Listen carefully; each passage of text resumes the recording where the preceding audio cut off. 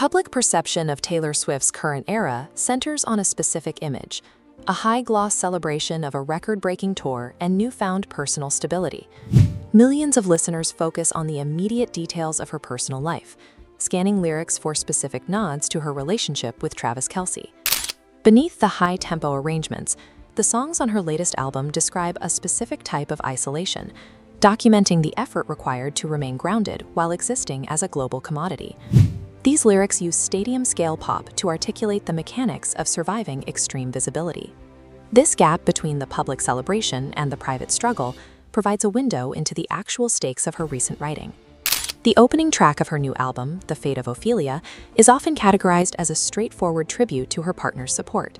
However, the track draws directly from the narrative arc of William Shakespeare's tragedy, Hamlet.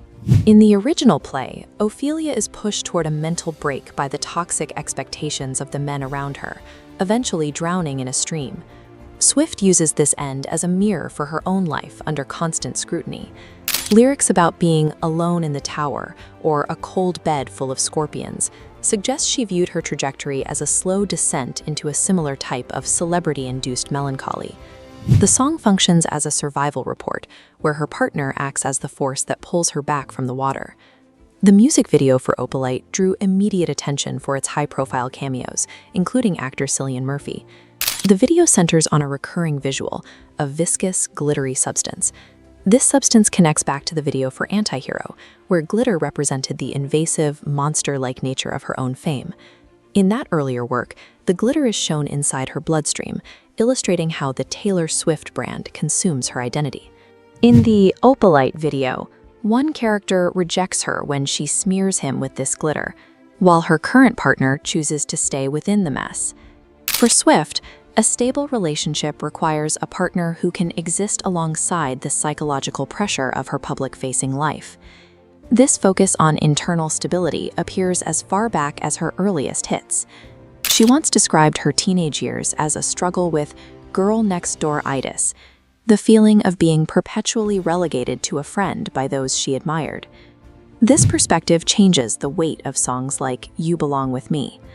While the melody is upbeat and high energy, the lyrics describe an emotional paralysis driven by a fear of rejection. This is visualized in the music video, where Swift plays both the protagonist and antagonist herself.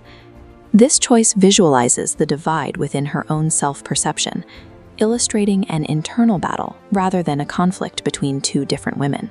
The mechanics of this songwriting strategy resemble a Trojan horse.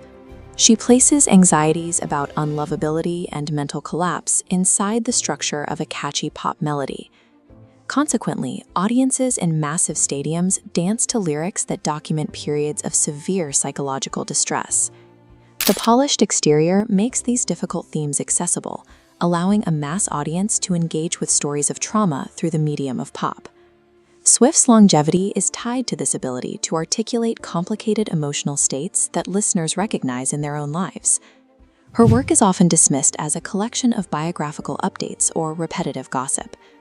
Her body of work functions as a form of modern mythology, built from the specific details of her lived experience.